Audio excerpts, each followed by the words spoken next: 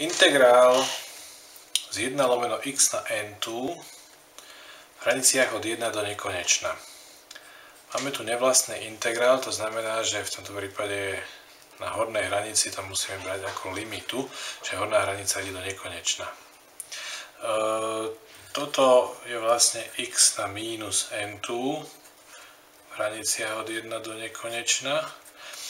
A x na mínus n tu môžeme integrovať podľa normálnych pravidiel x na nejaký exponent.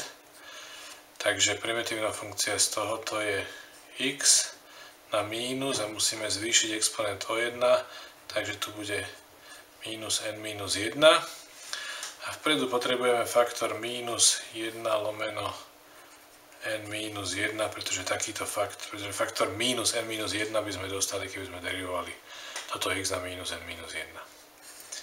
A toto berieme v jednotke a horná hranica ide limitne do nekonečna.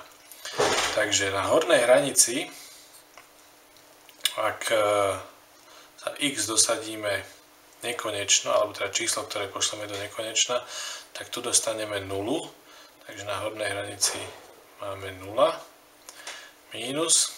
Na spodnej hranici tu máme faktor mínus 1 lomeno n minus 1, mínus 1 lomeno n minus 1. A keď sem dosadíme jednotku, tak dostaneme jednotku.